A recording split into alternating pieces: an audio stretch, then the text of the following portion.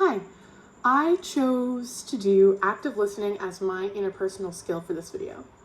I chose this one because I feel that I'm more naturally gifted at active listening than the other skills. If I were to rate myself on a scale of 1 to 10, I would choose about a 7 or an 8, purely because I know I'm pretty good at it, but I know that I'm not the best, and I have a lot more to learn and a lot more to go. I have learned over the years that active listening was a really hard thing for me because I have ADHD. And one of the problems with ADHD is lack of listening skills.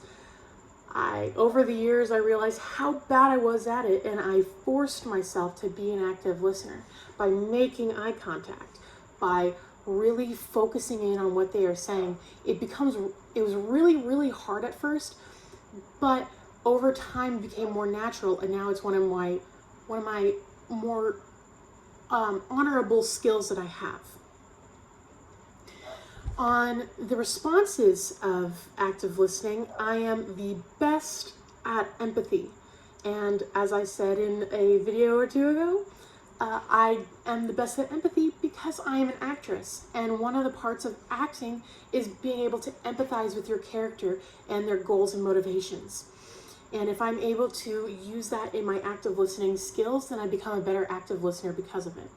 When someone is speaking to me, I become them, and I try to understand what they're feeling as them.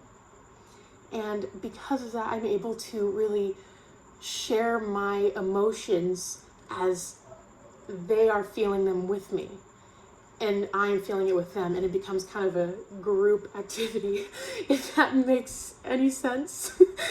The response that I am the worst at is paraphrasing. I am so bad at paraphrasing because my mind works so much differently than other people's brains. I paraphrase in a really weird way, and if I were to share the way I paraphrase, they would think that I'm not even listening to them at all, and I just completely misunderstood what they were saying, and when I was really trying to listen, so I just kind of refrained from paraphrasing.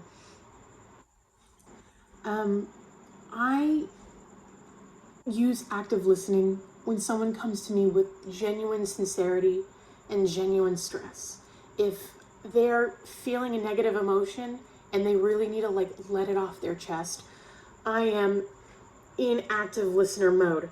I give everything, all of my attention to them. I offer my entire brain to them. I don't use active listening when someone's just like, I need a vent, and they just need to let it go. And I just, offer my ears and offer my eyes and my and I get that. But when they're not really being serious, I'm not actively asking questions and empathizing on a deep level. Recently, within the past few weeks, my best friend, Audrey, was broken up with from a 3-year-long relationship. It was very hard on her. She was broken up with in the car on the way to my house because we had plans that day. And she came to my house crying, and she needed someone to actively listen to her and let out her emotions on a deep level. And that was when I used my active listening skills. I offered my ears, my mind, my eyes, my entire body to her in order to let her have her moment in her emotions and let her vent and let her understand what was going on and let her process. Because I understand that that's something really important in such a drastic event. And because I was able to actively listen, she was able to calm down, and we were able to enjoy the rest of our day the way we planned it. I know that sounds kind of crazy, but that's what happened, and she actually really enjoyed it. I do use active listening in my everyday life.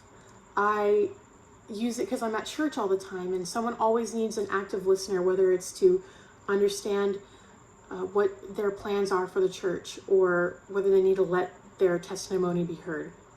So I use it pretty often.